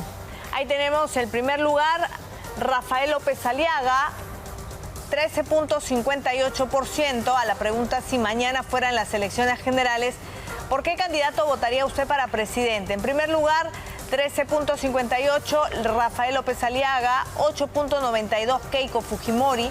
Tercer lugar, Carlos Álvarez, 5.42. Luego, 4.50, César Acuña. Alfonso López Chau, 3.92. 3.08, George Forsyth. Casi en empate con Mario Vizcarra. Luego sigue José Luna, 2.83, 1.83 Johnny Lescano, 1.58 Belmont, 1.42 Enrique Valderrama y Rafael Belaúnde, 1.25 José William, 1.25 también, ¿no? Ahora, en esta encuesta también resalta el 30.17% de los que no saben, no opinan, que me imagino que sumado a los ninguno blanco, pues es una cifra considerable, ¿no? Casi 40%. ¿Cómo se explica esto, Enzo? Bueno, básicamente tenemos un descrédito constante del sistema político en sí. No solamente hablamos que es una decepción de quienes buscan mantener el sistema, sino también de quienes han dicho de que iban a cambiar el sistema, ¿no? Entonces, de las dos orillas hay decepciones porque hemos tenido gobiernos de derecha y de izquierda, hemos tenido alcaldías de derecha y de izquierda, ¿no? Entonces las personas empiezan a valorar que finalmente, más allá de las tendencias ideológicas, son los políticos, es la clase política, ¿no? Entonces, o sea, es una definición la que vamos a tener sorpresa. Puede haber la posibilidad de un outsider, porque con este, ¿cuánto es? A ver, 36, correcto. Casi 37%. Correcto, casi 37%, que va más allá del tema de tener una indecisión, ¿no? Va más allá por una decepción de la clase política y frente a ello no quiere volverse a equivocar. ¿Correcto? Entonces, es un votante que cuando nosotros salimos al interior del país para, por ejemplo, preguntar las expresiones, eliminando las lisuras de por medio, terminan siendo similares a por qué vamos a darle nuestro voto si cualquiera de ellos va a ser la misma porquería, ¿no? Entonces, literal, esa frase termina graficando la decepción profunda que hay con la política nacional, y obviamente nuestros políticos tampoco se quedan atrás porque siempre le agregan ingredientes a este tipo de excepciones. Ahora, el único que mantiene estos dos dígitos en las preferencias es Rafael López Aliaga. Correcto. Pero ¿esto significa un avance con relación a otras encuestas o es que está estancado también? Lo correcto de las encuestas es compararlas por la misma empresa, no entre empresas solamente para ver las diferencias, ¿no? Entonces, en la evolución de nuestras encuestas, entre diciembre y enero ha habido una evolución de Rafael López de Aliaga. De hecho, en términos generales, él ha subido más o menos medio punto porcentual, ¿correcto? Alcanzando liderazgos importantes. Además de Lima, en algunas otras regiones costeras tenemos votos de él identificados, por ejemplo, en la región Callao, por ejemplo, en la región Ica. Entonces, le permiten mantener este tipo de dos cifras y ha incrementado, sobre todo, también un poco más su votación en el interior del país. Tenemos el otro cuadro, sí, para poder seguir hablando. Tenemos, por ejemplo, Keiko Fujimori. Esto era lo que hablábamos, ¿no? El comparativo y la evolución. En el caso de Rafael López Aliaga, la evolución es del 1.33, ¿es correcto? Correcto. Tuvo una ligera baja en noviembre producto de unas confrontaciones que hubieron a nivel nacional y luego sube de diciembre a enero 1.33%, ¿no? Ahora, quienes han subido son Keiko, Carlos Álvarez también. Así es. Creo que Keiko, ahí tienen, es 1.67. En el caso de Carlos Álvarez es mayor, ¿no? El incremento, 3.17. Acuña ligeramente, pero al que le va mal es a Alfonso López Chau. Sí, López Chau ha perdido un 0.25% entre diciembre y enero, ¿no? Está también tratando de buscar el voto del sur y vamos a ver en la siguiente radiografía que vamos a tener esta vez ya quincenal qué tanto le funcionó, por ejemplo, ese tipo de estrategias. Me genera dudas, por ejemplo, el caso de Mario Vizcarra, ¿no? Hubo un momento entre diciembre y enero que su candidatura pendía de un hilo. Entonces había la opinión de que ese elector que iba a votar por él, ¿no? Ese electorado iba a ser el trasvase hacia otro candidato. Correcto. ¿Podríamos pensar que los que iban a votar por él han pasado a apoyar a otro candidato? Porque por A o B todavía no saben que Mario Vizcarra sigue en carrera. Mira, hay dos factores. Él es el que más ha perdido ahorita de todos, según nuestra última encuesta entre diciembre y enero. 1.25. Correcto.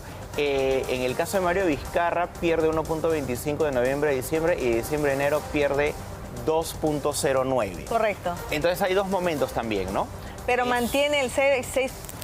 3.08, claro, cae de 6.42 a 3.08. Correcto.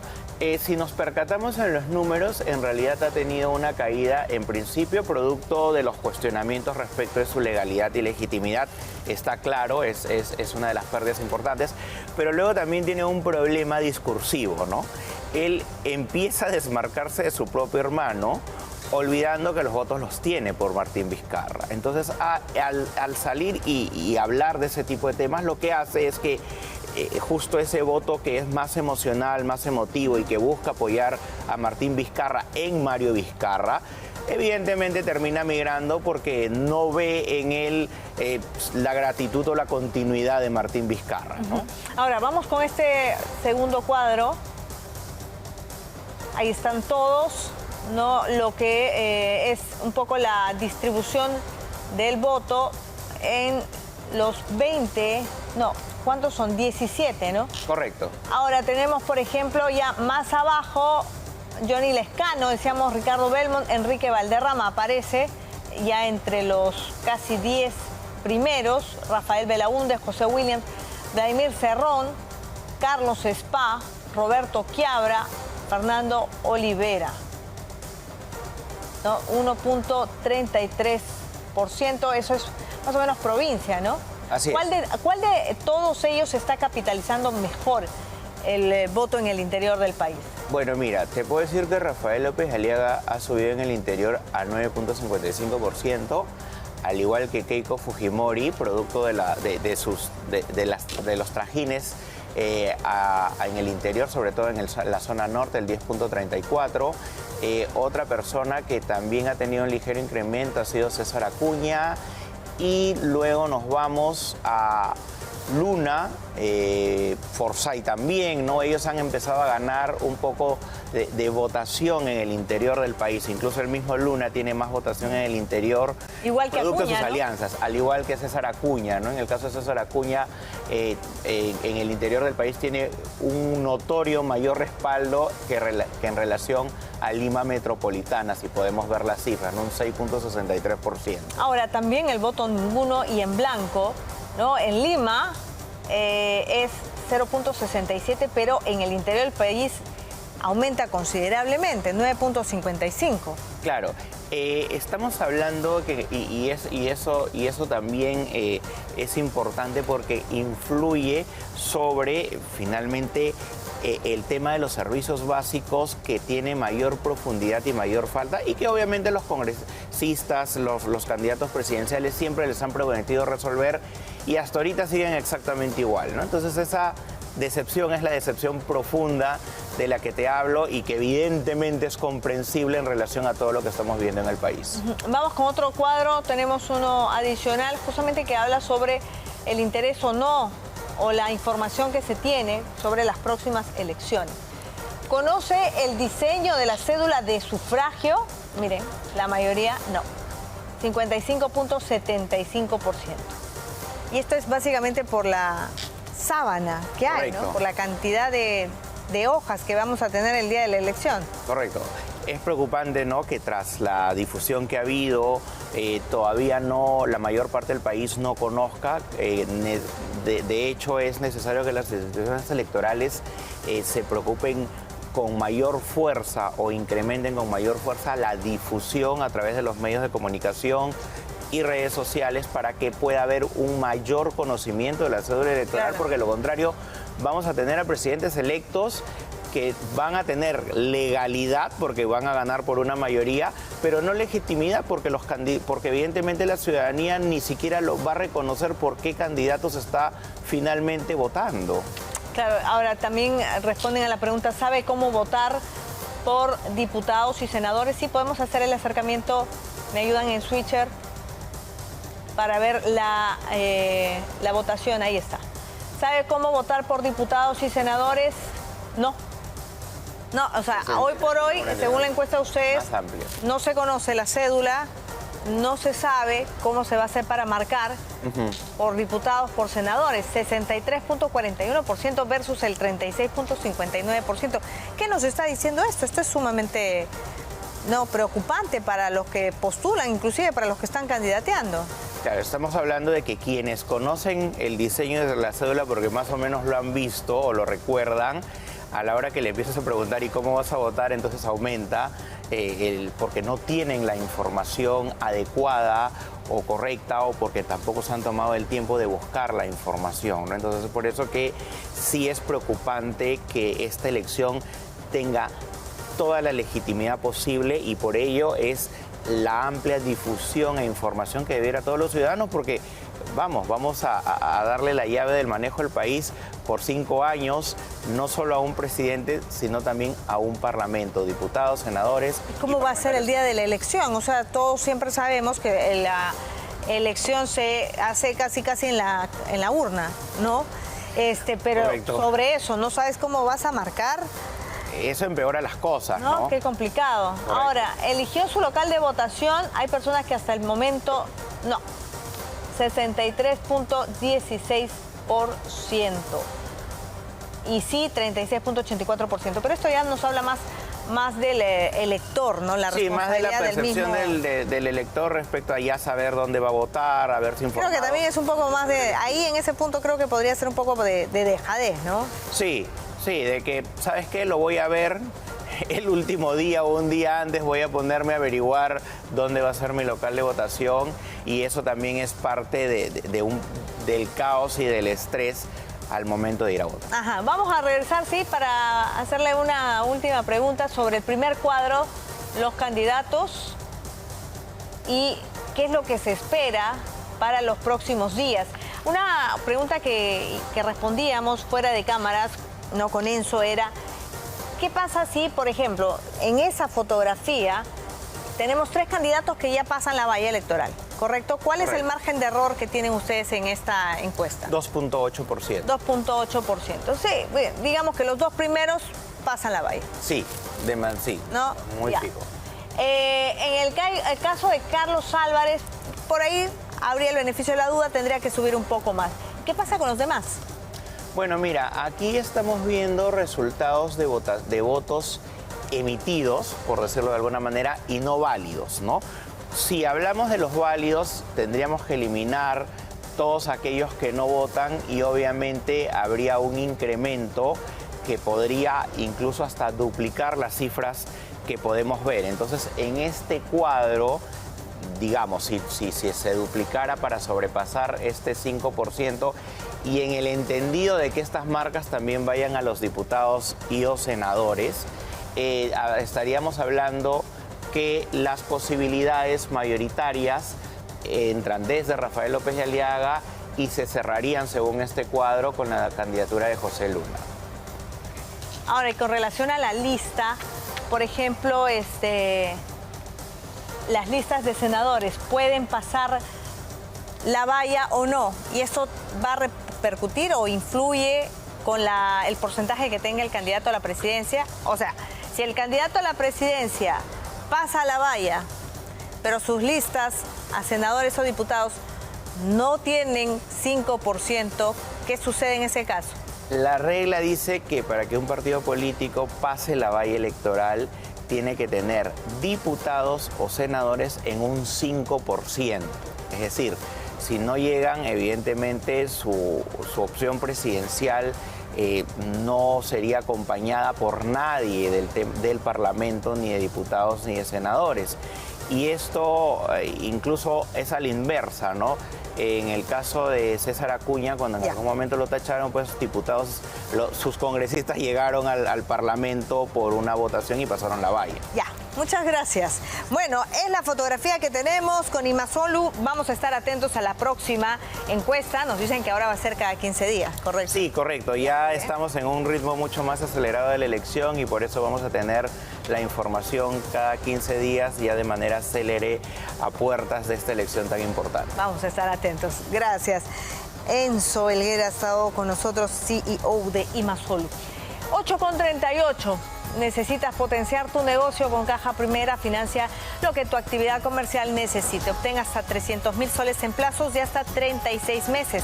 ¿Qué esperas? Solicita tu crédito y saca a flote tu negocio, porque en Primera, primero eres tú. Bueno, el Papa León XIV viene a nuestro país.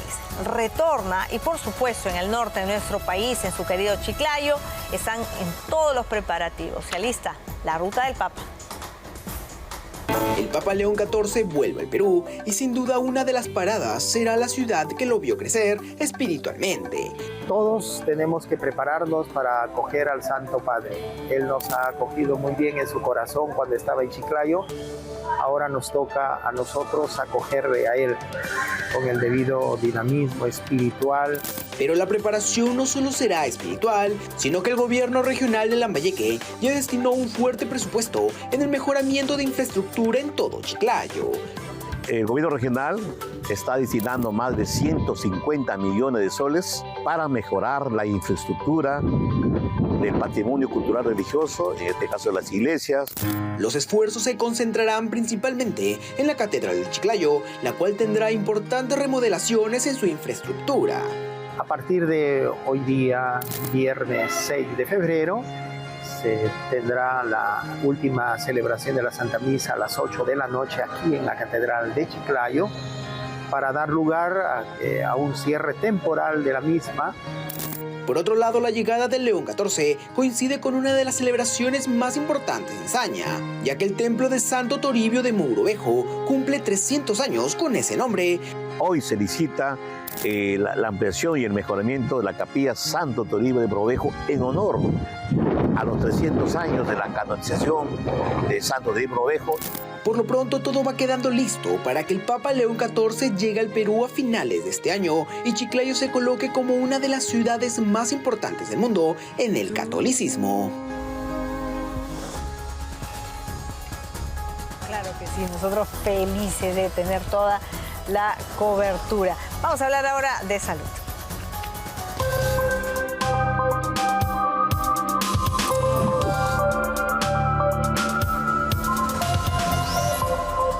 Bueno, hay que cuidar nuestro hígado por esta época del año. De repente, ¿no? La playa, la parrilla, los amigos, la vida social, aumenta el consumo de alcohol. Hay otras personas que aumentan por distintas maneras el consumo de medicina. Todo esto afecta a nuestro hígado. Y vamos a hablar justamente de eso. Estamos ya aquí con Kay Fleury, nutricionista de BioNutrition. ¿Cómo estás? ¿Qué tal? Buenos días, Albina. Buenos días a todos, ¿no? El hígado es un órgano noble totalmente vital para la salud y el bienestar del cuerpo, del ser humano, ¿no? Cumple más de 500 funciones. Es un organismo que transforma lo que nosotros consumimos en nutrientes para que podamos mantener la salud, pero también tiene un punto importante de desintoxicar al cuerpo, ¿no? Entonces, como dices, el estilo de vida juega un papel importantísimo en su salud.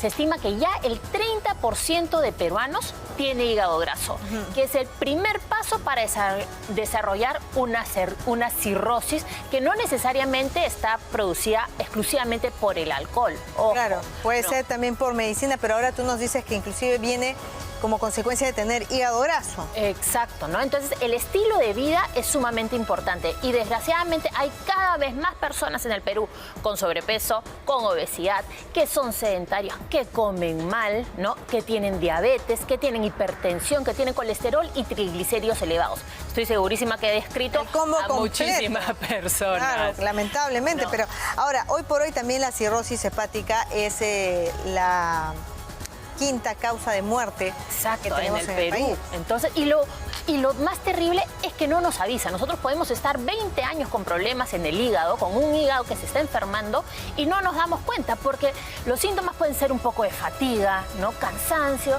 tal vez me duele un poquito acá, pero lo desestimo, ¿no? Normalmente lo empezamos a diagnosticar a los 60 años, pero esto que empezó a los 40 años, ¿no? Entonces es muy importante ir a hacerse los exámenes, una ecografía, el perfil hepático, sacar las enzimas hepáticas, que normalmente las personas te dicen, pero es que yo no tomo alcohol, o sea, yo soy abstemia, no puede ser. Ese es el punto, no es necesario, porque un punto muy importante en el desarrollo de estas enfermedades hepáticas, ¿no? Que pueden conducir al cáncer hepático, es el desequilibrio en la microbiota, es la disbiosis. ¿Por qué? En el colon tenemos esta microbiota, que son miles de millones de bacterias beneficiosas, bacterias, virus, hongos que van a trabajar para nuestra salud. Pero por este estilo de vida moderno que tantos llevamos, ¿no? Que he descrito, estas bacterias buenas se empiezan a morir y dan lugar al desarrollo de bacterias patógenas, bacterias malas, que lo que van a hacer es van a abrir las puertas del intestino, las paredes del intestino y van a salir estas bacterias malas, pero además también las toxinas y el alcohol que estas bacterias malas producen y van a viajar directo al hígado, intoxicándolo. ¿Cómo se combaten estas bacterias malas? Lo primero, hay que llevar una alimentación saludable, ¿no? Hay que hacer ejercicio y, por supuesto, hay que reforzar nuestra microbiota con probióticos como los presentes en Bacterium Plus. Estos probióticos. Estos probióticos. Es el aliado del tratamiento. Ojo, no va a reemplazar el tratamiento, pero sí es el extra que nosotros necesitamos para que el cuerpo funcione de mejor manera y además eliminar esas bacterias patógenas que me están enfermando. Pero me imagino que esto también es como modo de prevención, ¿no? O sea, por supuesto, no tengo que tener la enfermedad, pero me puedo anticipar a tener un hígado más desintoxicado. Exactamente, ¿no? Y a tener salud en general, porque hay que acordarnos, ¿no? Que cuántos comemos bien, cuántas verduras, vegetales comemos, ¿no? Cuántos hacemos ejercicio. El estilo de vida que llevamos nos está enfermando. ¿Desde qué edad se puede tomar? Desde niños, ¿no? Porque hay que acordarnos que estas de acá son bacterias que ya tenemos en nuestro colon, ya están ahí. Lo único que por lo que nosotros hacemos en el día a día pueden estar muriéndose un poquito. Entonces, con Bacterium Plus, que tiene 7 cepas diferentes, lo reforzamos. Imagínate, por cada dosis tenemos 8.000 millones de bacterias buenas que van a ir directamente ahí al colon a eliminar estas bacterias malas que me están enfermando, que me están intoxicando. ¿Cuál es la forma de tomarlo? Tomamos 2 a 3 cápsulas en las noches antes de dormir, con un buen vaso con agua. Eso es todo. Es así de simple y en verdad se siente a la semana y está sintiendo cambios. ¿Cuáles son los principales cambios que ustedes han tenido como reporte? Mejora, primero, la digestión, te sientes más ligera, menos gases, menos hinchazón, ¿no? Menos fatiga, te ayuda hasta a dormir mejor, que son todos factores que van a ayudar a la limpieza de todo el cuerpo, pero también a que funcione correctamente el hígado y prevengamos pues estas enfermedades tan terribles que matan a tantas personas y de una manera terrible, porque cuando llegamos al último estadio es reemplazo de hígado, ¿no? Claro. Entonces no queremos llegar a eso, por eso ahorita mismo tengo una súper promoción para todos ustedes, llamando al 01701-5635 o al WhatsApp 908-871-515.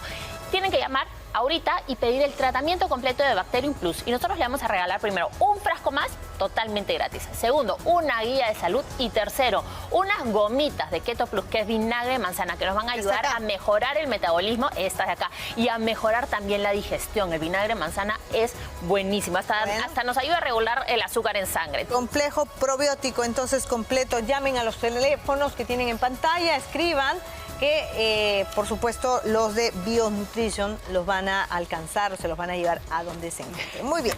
Ok, gracias. Gracias. A tomar todos, entonces, probióticos de Bionutrition. Con nosotros vamos a regresar tras la pausa. Son las 8:46.